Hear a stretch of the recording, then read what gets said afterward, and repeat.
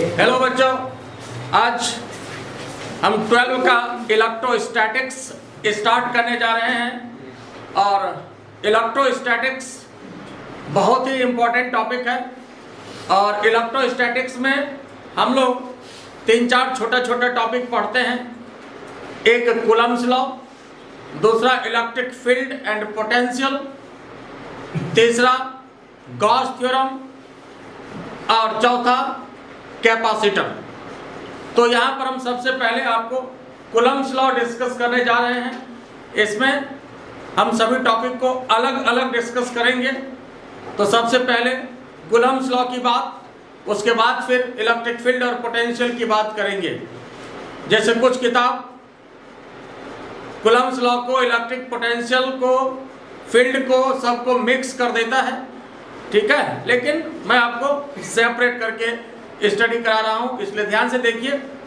तो सबसे पहले कूलम्ब्स लॉ की बात, और आइए इलेक्ट्रोस्टैटिक्स होता क्या है।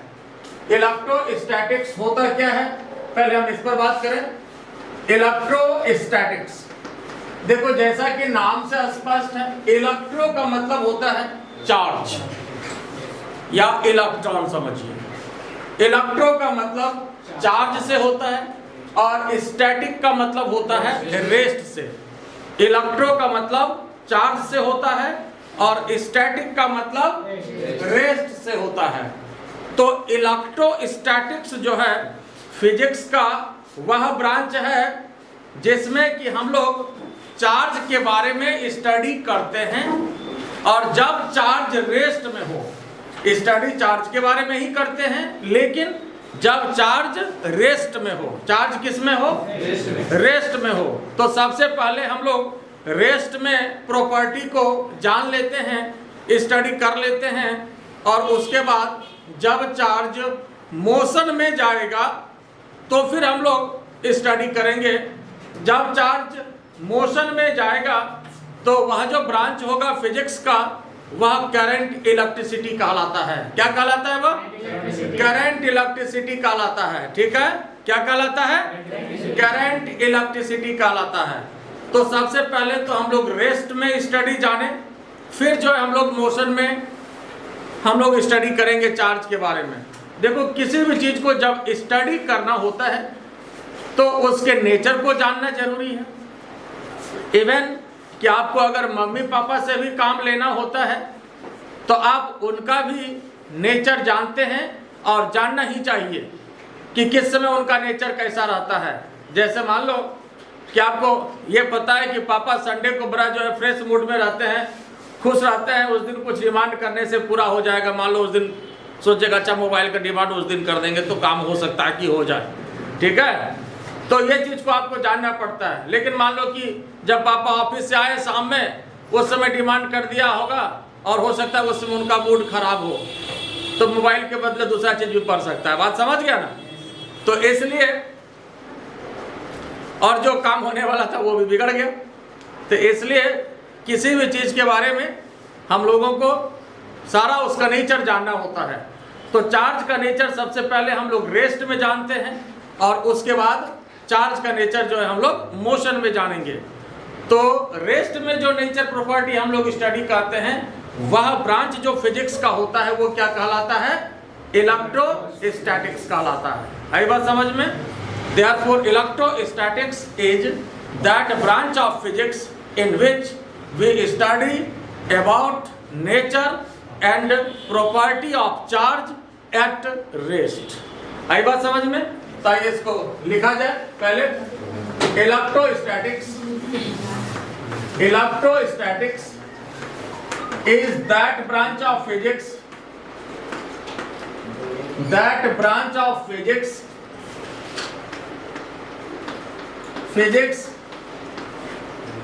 in which we study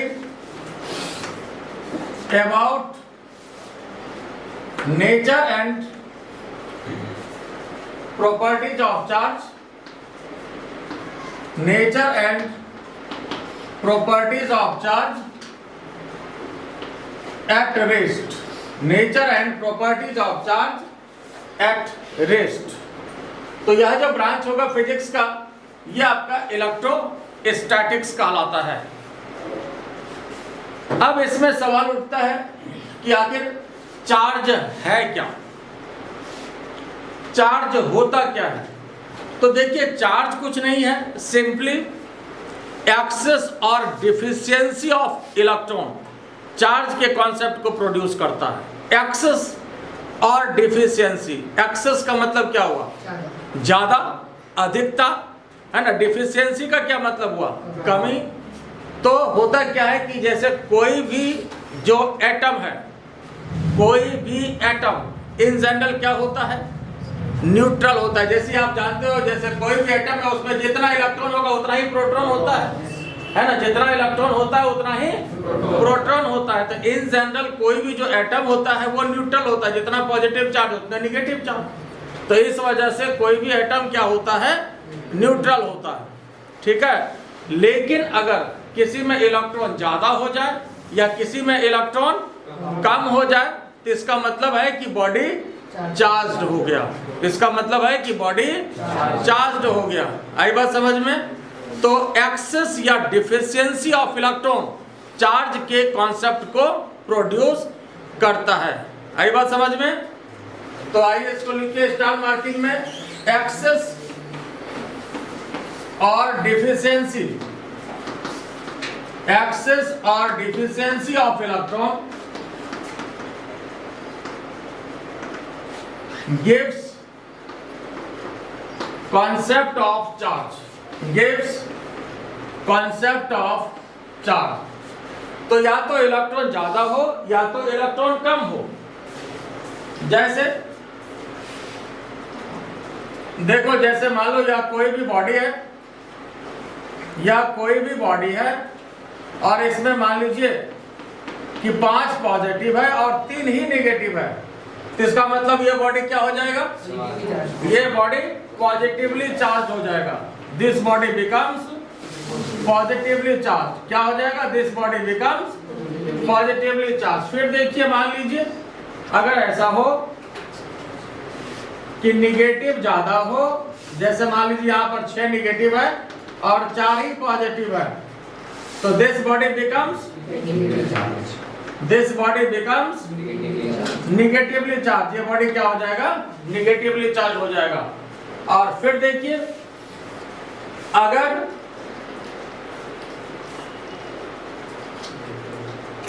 बराबर हो जाए, जैसे जितना पॉजिटिव उतने निगेटिव हो जाए, जितना पॉजिटिव उतना ही निगेटिव, तो क्या हो जाएगा, बॉडी न्यूट्रल हो जाएगा। ये बात समझ में। तो क्या हो जाएगा, ये बॉडी न्यूट्रल हो जाएगा। तो यहाँ पर एक्सेस या डिफिशियंसी चार्ज के कॉन्सेप्ट को प्रोड्यूस करता है। क्योंकि आप जानते हैं, जैसे मान लो हमने कहा कि मान लो अगर सोडियम है, ये बताओ सोडियम में कितना इलेक्ट्रॉन होता है, 11 इलेक्ट्रॉन होता है। 11 इलेक्ट्रॉन होगा और 11 प्रोटॉन भी होगा। लेकिन अगर इससे 2 इलेक्ट्रॉन निकल जाए कहीं, तो इसका मतलब क्या हुआ कि प्रोटॉन ज्यादा हो जाएगा, तो पॉजिटिव चार्ज ज्यादा हो जाएगा, निगेटिव कम हो जाएगा, तो ये बॉडी क्या हो जाएगा, पॉजिटिवली चार्ज हो जाएगा। आई बात समझ में। और एक बात ध्यान रखना है, देखो चार्ज जो है वह हर एक बॉडी में होता है। चार्ज हर एक बॉडी में होता है, लेकिन हर एक बॉडी चार्ज्ड नहीं होता है। चार्ज हर एक बॉडी में होता है, लेकिन हर एक बॉडी चार्ज्ड नहीं होता है। ये देखिए, क्या ये बड़ी बात है, ध्यान से सुनिए इसको। हमने कहा कि चार्ज हर एक बॉडी में होता है, लेकिन हर एक बॉडी चार्ज्ड नहीं होता है। जैसे किसी भी बॉडी का मोशन फोर्स के कारण नहीं, बल्कि रिजल्टेंट फोर्स के कारण होता है। किसी भी बॉडी का मोशन फोर्स के कारण नहीं, बल्कि रिजल्टेंट फोर्स के कारण होता है। बात समझ में आ रहा है। किसी भी बॉडी का मोशन फोर्स के कारण नहीं, बल्कि रिजल्टेंट फोर्स के कारण होता है। फोर्स तो किसी भी बॉडी पर सैकड़ों हजारों तरह का फोर्स लगता ही रहता है, हमेशा लगता रहता है। तो क्या हमेशा आप डोलते रहते हो? क्या हमेशा मूवमेंट होता रहता है किसी बॉडी का? क्या, जबकि फोर्स तो हमेशा ही लगता रहता है। फोर्स ऑफ ग्रेविटेशन की बात करें तो एक मकान पर जो आसपास जितने भी मकान है सबका फोर्स ऑफ ग्रेविटेशन लग रहा है, तो क्या मकान क्या डिस्प्लेस कर जाता है? क्या बात समझ रहे हो ना? तो उसी तरह से फोर्स तो सैकड़ों तरह का लगता है, लेकिन ऐसा नहीं है कि बॉडी का हमेशा डिस्प्लेसमेंट होता है। तो इसलिए हमने कहा कि बॉडी का मोशन फोर्स के कारण नहीं बल्कि रिजल्टेंट फोर्स के कारण होता है। किसके कारण होता है? रिजल्टेंट फोर्स के कारण होता है। किसके कारण होता है? रिजल्टेंट फोर्स के कारण होता है। तो वही बात यहाँ भी है, चार्ज तो हर एक बॉडी में होता है, लेकिन हर एक बॉडी चार्ज्ड नहीं होता है। चार्ज का मतलब है कि इलेक्ट्रॉन कम या ज्यादा हो। अगर बराबर हो गया इलेक्ट्रॉन प्रोटॉन तो बॉडी चार्ज नहीं होगा। बात समझ रहे हो ना? तो ज्यादा या कम होगा तभी वो चार्ज होगा, चार्ज माना जाएगा। आई बात समझ में? ठीक बात है। ये लिख लिया आप लोग, डायग्राम बना लिए, तो ये क्लियर हो गया ना? अब आइए देखिए कि चार्ज का प्रोडक्शन कैसे होता है। Charge can be produced through rubbing,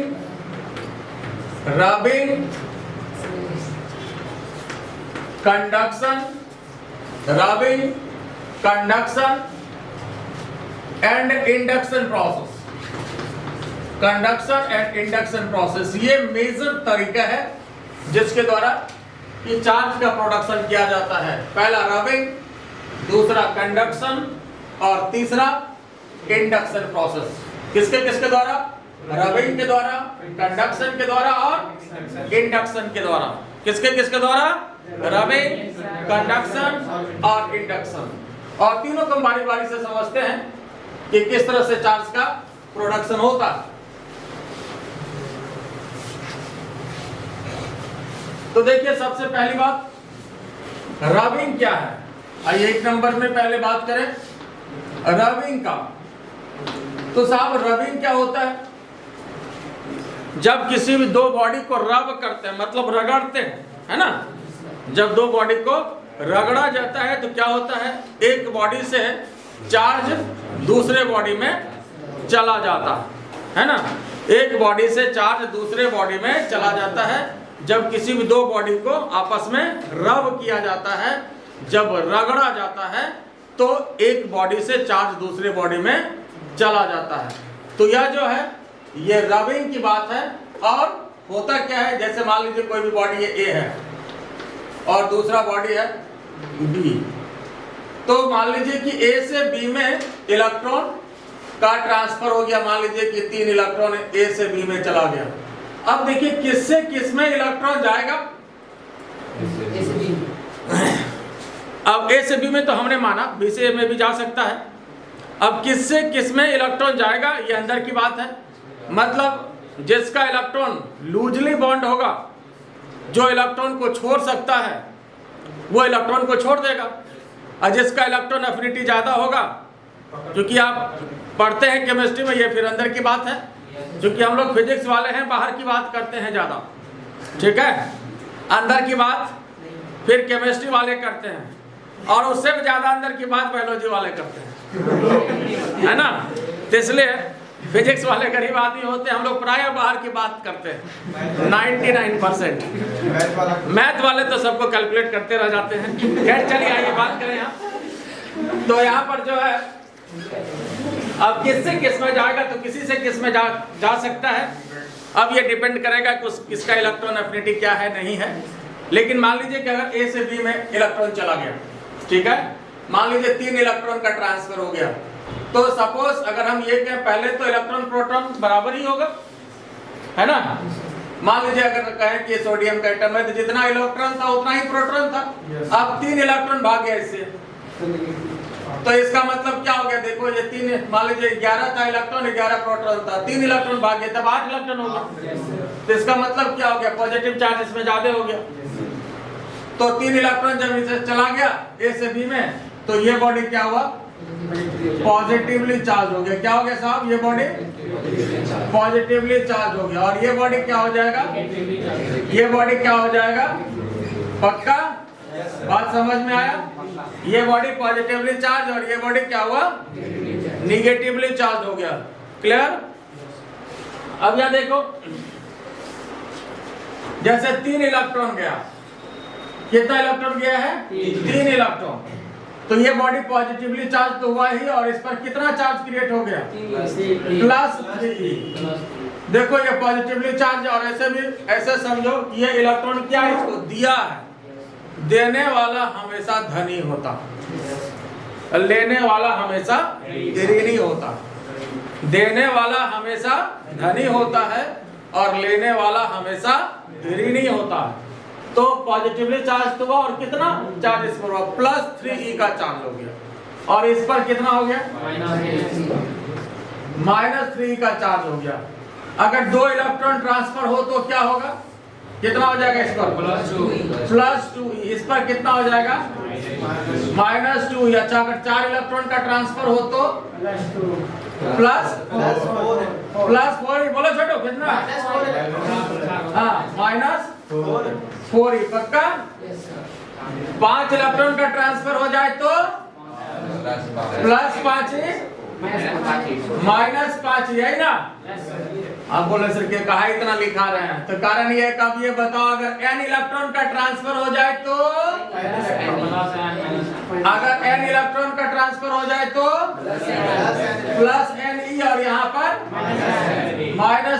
यहाँ पर यह एक बहुत ही इंपॉर्टेंट फॉर्मूला मिल गया आपको, चार्ज इक्वल टू +qe, और यहाँ पर charge equal to q equal to ne, और यहाँ q इक्वल टू -ne। तो चार्ज जो प्रोड्यूस होता है +ne और -ne। बात समझ में आया या नहीं आया, ये क्लियर हो गया। तो अगर यहां से n इलेक्ट्रॉन का ट्रांसफर हो गया, तो थोड़ा सा इसको हम एक बार इधर ऊपर लिख देते हैं, शायद नीचे कट रहा। तो यहां देखिए, तो इसमें क्या हुआ कि अगर यहाँ पर जो है 2 इलेक्ट्रॉन का ट्रांसफर हुआ तो 2e, और यहाँ पर कितना हो गया, -2e। और अगर n इलेक्ट्रॉन की बात करें, n इलेक्ट्रॉन ट्रांसफर हो गया तो +ne, और यहाँ पर -ne। तो यही आपका q हो गया, और ये आपका यहाँ पर भी q हो गया। तो q +ne, और यहाँ पर कितना हो गया, -ne। तो यहाँ पर ये बहुत इंपॉर्टेंट फॉर्मूला निकल गया आपका चार्ज के लिए, q equal to ne, q equal to ne, और प्लस माइनस दोनों होगा, q इक्वल टू +-ne, है ना। चूंकि किसी में पॉजिटिव चार्ज होगा तो किसी में पॉजिटिव होगा तो किसी में, तो इसलिए याद रखिए q इक्वल टू +-ne, है ना। बोलो तो 4 बार, q equal to +-ne, q equal to +-ne, याद रहेगा। चलिए ठीक बात है। तो यहाँ पर देखिए, तो यह जो बात हुई, ये रबिंग की बात हुई। फिर से सुनिए एक बात। तो रबिंग में होता क्या है, जब किसी भी 2 बॉडी को अगर हम रब करते हैं, रगड़ते हैं, है ना, तो एक बॉडी से दूसरे बॉडी में इलेक्ट्रॉन का ट्रांसफर हो जाता है। और इलेक्ट्रॉनिक ट्रांसफर होगा इसलिए कि इलेक्ट्रॉन का एक तो मास भी बहुत कम है, और आउटर मोस्ट ऑर्बिट में चक्कर लगाता रहता है। तो जो चक्कर लगाएगा वही ना ट्रांसफर होगा। बात समझा कि नहीं सब, है ना। इसलिए चक्कर होकर नहीं लगाना है, ठीक है, बात समझ गया ना।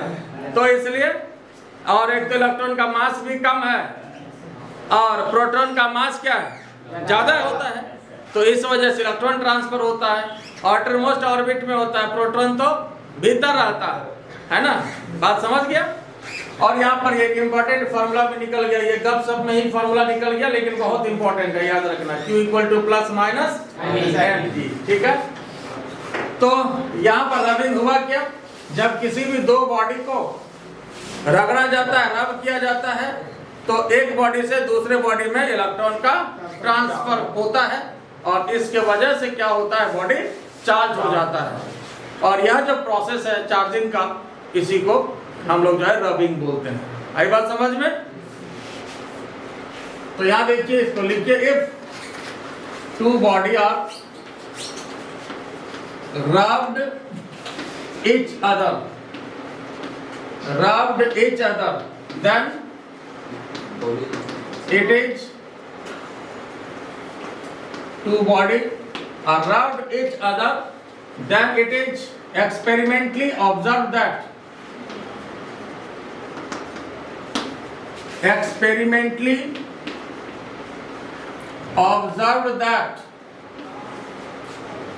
electron transfer from one body to another.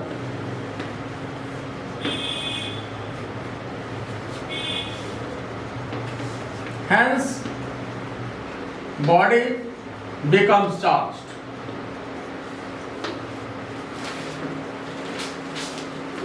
और ध्यान देने वाली बात इसमें यह है कि रबिंग के द्वारा opposite nature of charge produce होता है। थ्रू रबिंग के द्वारा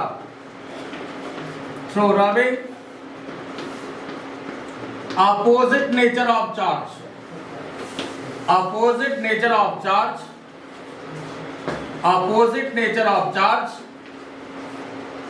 produces.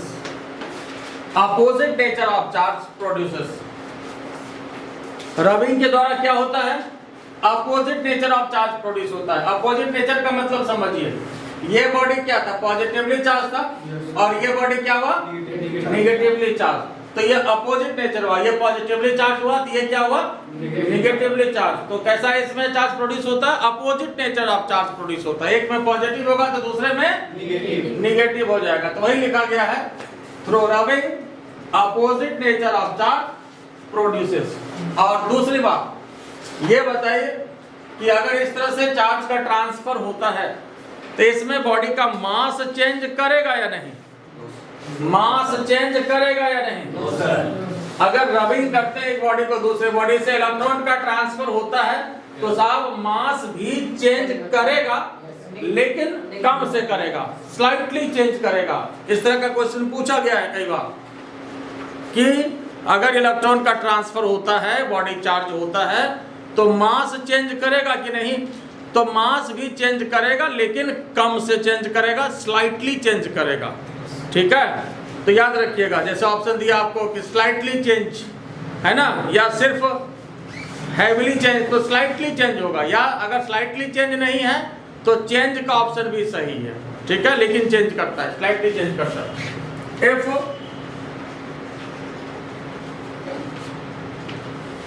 Electron transfer one body to another, then mass of the body changes slightly.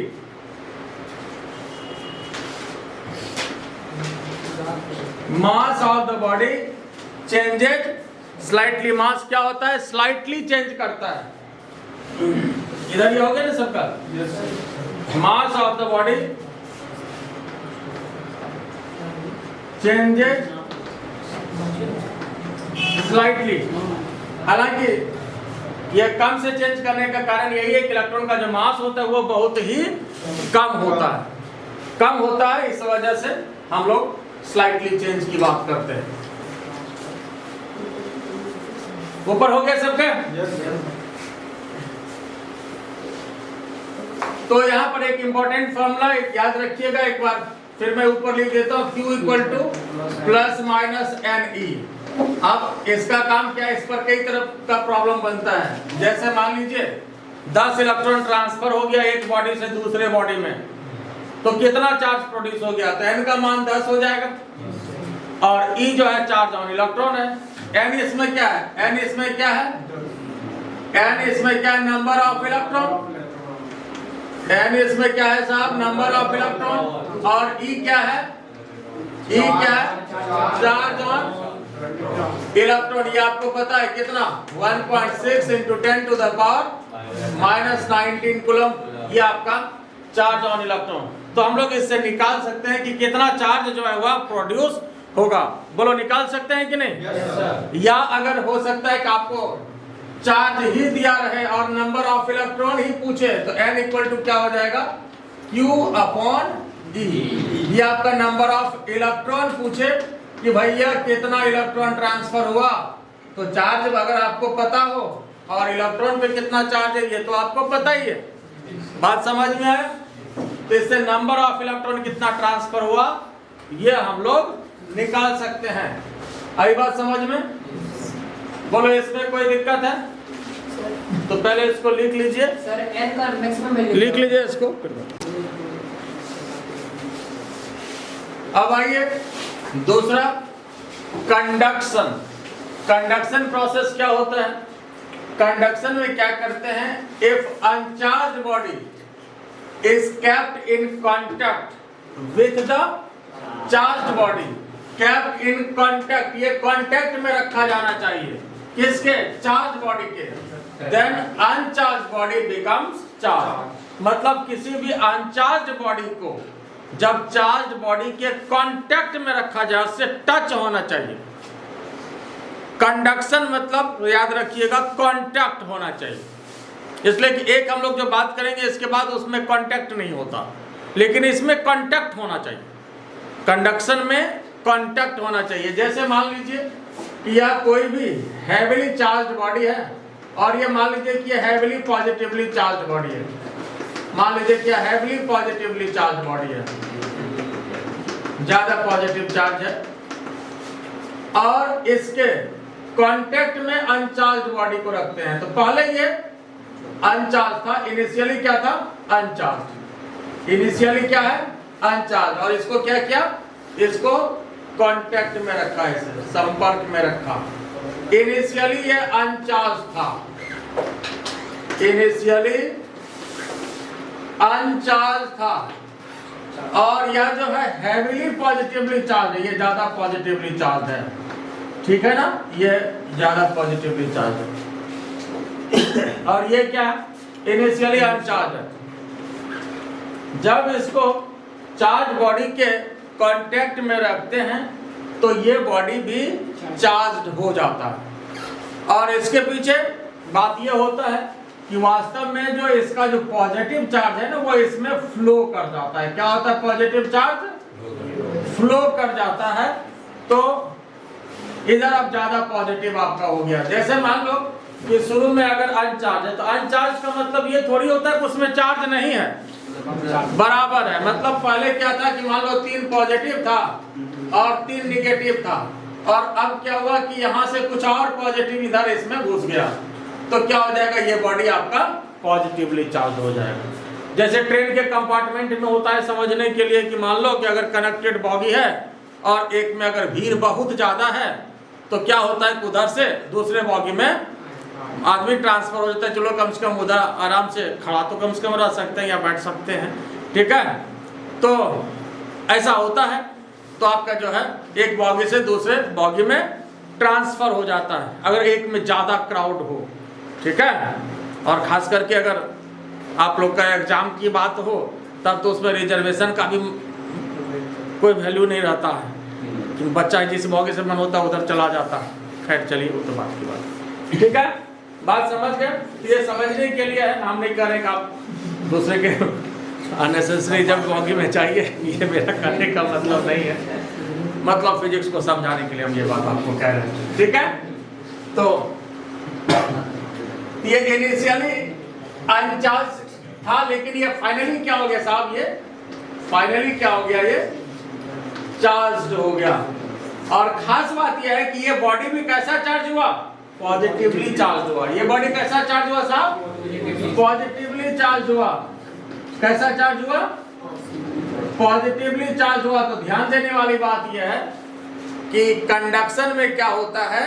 Same nature of charge produce होता है। कंडक्शन में क्या होता है? ये भी पॉजिटिवली चार्ज था, ये भी क्या हुआ? पॉजिटिवली चार्ज हुआ। तो कंडक्शन में क्या होता है? Same nature of charge produce होता है। कंडक्शन में क्या होता है? Same nature of charge produce होता है। आई बात समझ में? तो कंडक्शन में same nature of charge produce होता है, इस बात को लिख लीजिए। Through conduction process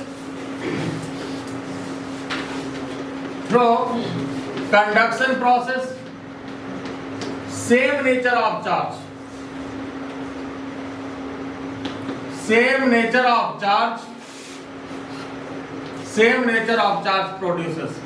conduction process में same nature of charge produce करेगा, मतलब अगर ये पॉजिटिवली तो ये भी पॉजिटिवली, और अगर ये निगेटिवली तो यह भी निगेटिवली चार्ज होगा। आई बात समझ में? ये अगर निगेटिवली होगा तो ये भी निगेटिवली चार्ज होगा। बात क्लियर हुआ कि नहीं? लेकिन वही हम लोग देखें, रबिंग में क्या होता था, opposite nature of charge produce होता था, है ना? रबिंग में अपोजिट नेचर और इसमें सेम नेचर। तो ये कंडक्शन की बात हुई। आइए फिर नेक्स्ट बात करें इंडक्शन। इंडक्शन देखिए, इंडक्शन में क्या होता है, ये लिख लिया आप लोग। इंडक्शन में क्या होता है, अगर किसी भी चार्ज्ड बॉडी को, अगर किसी भी चार्ज्ड बॉडी को, चार्ज बॉडी के बगल में कोई भी अनचार्ज बॉडी रखा जाता है, या कोई भी अनचार्ज बॉडी है, ये क्या है, अनचार्ज बॉडी है ना? इसको रखा जाता है चार्ज बॉडी के बगल में। ये मान लीजिए कि चार्ज बॉडी है, ये मान लीजिए हैवीली पॉजिटिवली चार्ज है, बहुत ज्यादा इसमें मान लो पॉजिटिव चार्ज है, ये आपका हैवीली पॉजिटिव चार्ज है, और यहाँ पर जो है इसके बगल में रखा जाता है। मतलब यही समझिए कि कांटेक्ट नहीं करना है, बाकी आप हटा करके आप जितना नजदीक रख सकते हैं, लेकिन ये खाली सटना नहीं चाहिए, सटना नहीं चाहिए। हाँ, सटेगा तो गड़बड़ हो जाएगा, तब फिर तो कंडक्शन हो जाएगा। सटेगा तो कंडक्शन का नेचर वो ले लेगा, सटना नहीं चाहिए। बाकी डिस्टेंस आप जितना कम रख सकते हैं उससे कोई दिक्कत की बात नहीं है। तो होता क्या है कि यह अनचार्ज बॉडी है और इसको चार्ज बॉडी के नजदीक रखा जाता है। कांटेक्ट नहीं होना चाहिए। क्या नहीं होना चाहिए? कांटेक्ट नहीं होना चाहिए, नजदीक में रखा जाना चाहिए। तो होता क्या है कि इसमें जो अब यह बॉडी है, ये बॉडी भी चार्ज हो जाता है, ये बॉडी भी चार्ज हो जाता है, और यह बॉडी जो चार्ज होता है, अब चूंकि यह अगर पॉजिटिवली चार्ज है, पॉजिटिवली चार्ज है, तो ये बॉडी जो होता है ये निगेटिवली चार्ज होता है। ये बॉडी कैसा चार्ज होता है? निगेटिवली चार्ज होता है। और होता कैसे है जरा समझिए, अंदर की बात। होता यह है कि जैसे मान लो कि अगर ये बॉडी है तो चार्ज तो पहले से ऑलरेडी इसमें होगा, चार्ज ऑलरेडी पहले से इसमें है ही। मान लो जैसे 3 पॉजिटिव था 3 निगेटिव था, इतना होता ही है। लेकिन होता क्या है कि जब इसके बगल में पॉजिटिव आ गया, मान लो ये हैवीली पॉजिटिवली चार्ज है और ये अनचार्ज बॉडी है, तो ऐसे स्थिति में इसका कौन सा चार्ज एक्टिव हो जाएगा, पॉजिटिव चार्ज या निगेटिव चार्ज? इसका एक्टिव कौन होगा? बगल में पॉजिटिव है, हैवीली पॉजिटिव चार्ज है, इसका कौन चार्ज एक्टिव हो जाएगा? इतना तो जवान आदमी हो, समझ ही सकते हो, है ना? हाँ, समझ गया। तो इसका निगेटिव चार्ज एक्टिव होगा। तो चार्ज होता क्या है, वो एक्टिव हो गया, एक्टिव हो गया तो चार्ज हो गया, है ना? तो अब इसमें इसका निगेटिव जो है ये एक्टिव हो जाता है। अब क्या ये भी समझाना पड़ेगा जवान आदमियों को इसका निगेटिव क्यों एक्टिव होगा?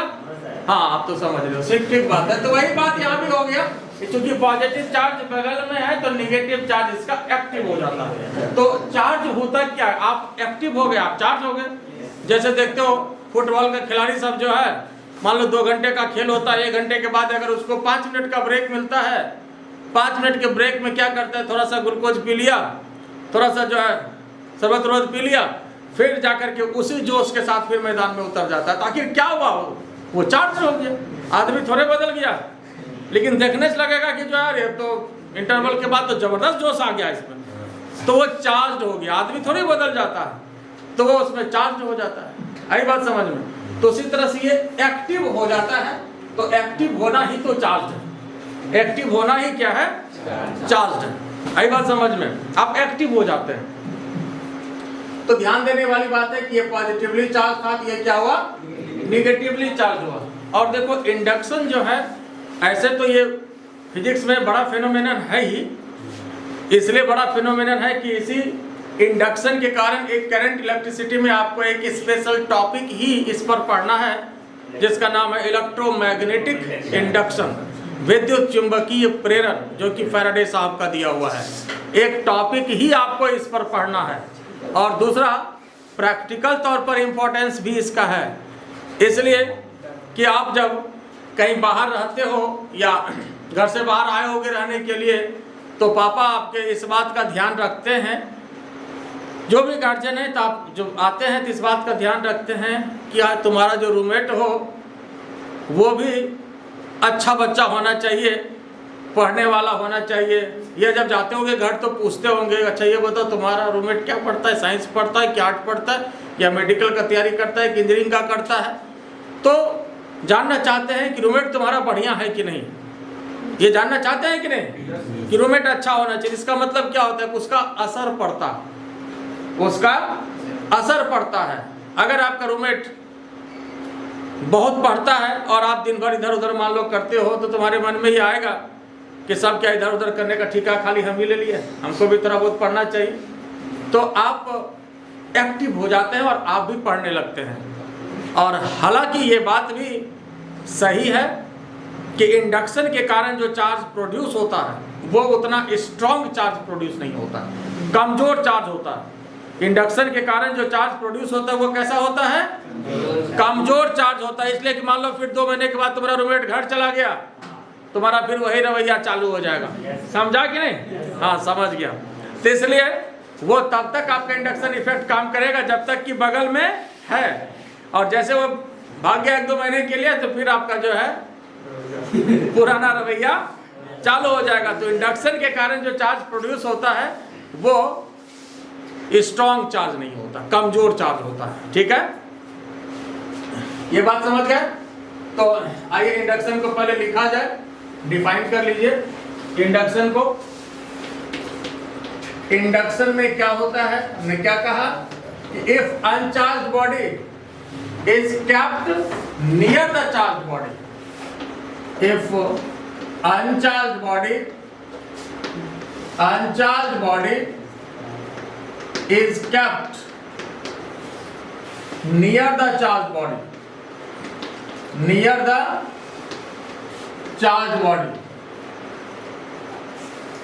then uncharged body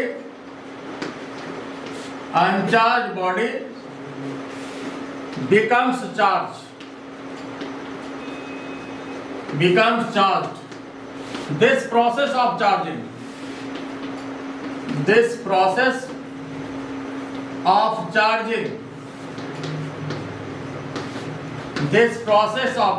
is known as induction। और इससे रिलेटेड इंपॉर्टेंट बात, पहली बात तो यहां भी क्या होता है, कैसा, सेम नेचर की opposite nature of charge produce होगा।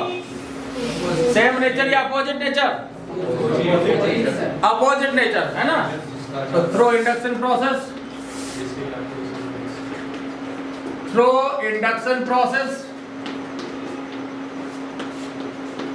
Opposite nature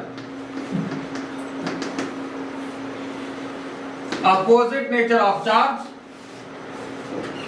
produces. Induction process में अपोजिट नेचर चार्ज प्रोड्यूस होगा। और दूसरी बात, जितना भी स्टार मार्किंग है सब ये इंपॉर्टेंट ऑब्जेक्टिव क्वेश्चन को प्रोड्यूस करता है, सब ये बिल्कुल रिमेम्बरिंग पॉइंट है, इसको याद रखना है। हर पॉइंट ऑब्जेक्टिव क्वेश्चन को प्रोड्यूस करता है।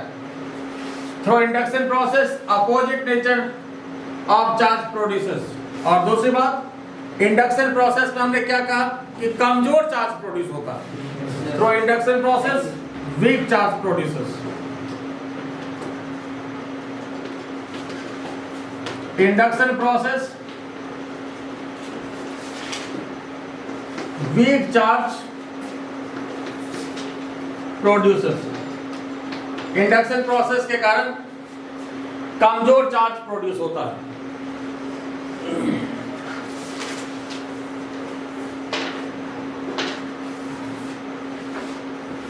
तो ये बोले यहां तक हो गया।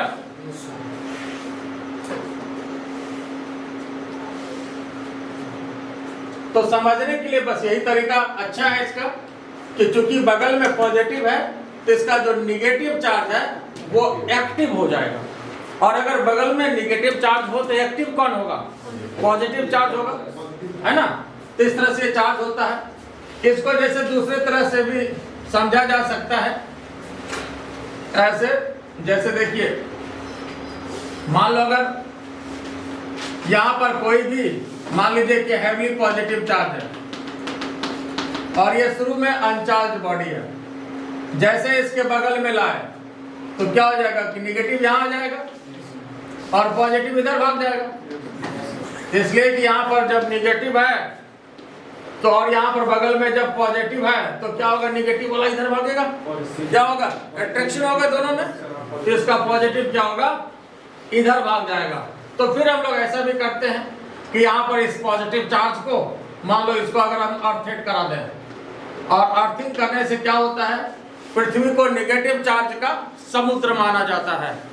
तो क्या होगा कि सब पॉजिटिव चार्ज जो है ये अर्थ में समा जाएगा और इसको पकड़े रहना, इसको छोड़ना नहीं है। इसलिए छोड़ोगे तब तो इसको इधर खींचे नहीं रहेगा, इसलिए निगेटिव वाला इधर आप चुपचाप अपना खिंचाए रहे, और जब तक इसको पकड़ के खींचे रखा है पॉजिटिव को अर्थिंग कर दो, पॉजिटिव यहाँ से आपका खत्म हो गया। और अब इस बॉडी में क्या बचा? सिर्फ निगेटिव बच गया, तो ये निगेटिवली चार्ज हो गया। तो ये इंडक्शन के कारण इस तरह से भी इसको समझा जा सकता है, ये बॉडी आपका निगेटिवली चार्ज हो गया। आई बात समझ में? क्योंकि यहाँ पर इसको हम लोग पॉजिटिव चार्ज बगल में रखे, निगेटिव उधर खिंचा गया, इसको पकड़े रहा, पॉजिटिव निगेटिव अट्रैक्शन होता है, ये तो आपको पता है। पॉजिटिव निगेटिव अट्रैक्शन होगा, इसको खींचे रहेगा, और तब तक ये खींचे हुआ है, इसको अर्थिंग कर दीजिए, पॉजिटिव पूरा खत्म हो गया, ये बॉडी बिकम्स निगेटिवली चार्ज्ड। बात समझ में आई? जैसे समझ सके, हालांकि सिंपल भाषा में जवान आदमी हो आप ये समझना ज्यादा आसान है। चार्ज का मतलब एक्टिव होता है, एक्टिव हो गया, एक्टिवेट हो गया, तो इसका मतलब चार्ज हो गया। बात समझ में आया कि नहीं? तो इस तरह से समझा जा सकता है। कई तरीका इसको समझने का है, और भी समझ सकते हो। जैसे मान लो कि यहाँ पर ये निगेटिव चार्ज है, निगेटिव चार्ज है, और यहाँ पर जो है जैसे फिर यहाँ पर कोई भी अनचार्ज बॉडी को लाए, टच नहीं कराना है, अनचार्ज बॉडी को लाए, तो यहाँ पर क्या हो गया? पॉजिटिव हो गया। अब देखो यहाँ, और यहाँ पर क्या हो गया? निगेटिव, इसलिए कि जब ये पॉजिटिव है और ये अनचार्ज है, ये क्या है साहब? अनचार्ज है, तो पॉजिटिव निगेटिव अट्रैक्शन होगा, ये इसको खींचे रहेगा, और इसके बगल में एक दूसरा बॉडी ला करके रख दीजिए, दूसरा बॉडी ला करके यहाँ पर रख दीजिए। आई बात समझ में? और यहाँ पर क्या करना है? जैसे यहाँ पर ये निगेटिव चार्ज पॉजिटिव को खींचे रहेगा, और यहाँ पर ये जो है ज्यादा पॉजिटिव चार्ज वाला बॉडी ला दीजिए, ये निगेटिव क्या होगा? ये इधर भाग जाएगा, निगेटिव क्या हो जाएगा? इधर। ये निगेटिव उधर जैसे ही भाग गया तो फिर से ये आपका पॉजिटिवली चार्ज होगा, ये पॉजिटिवली चार्ज हो गया। आई बात समझ में?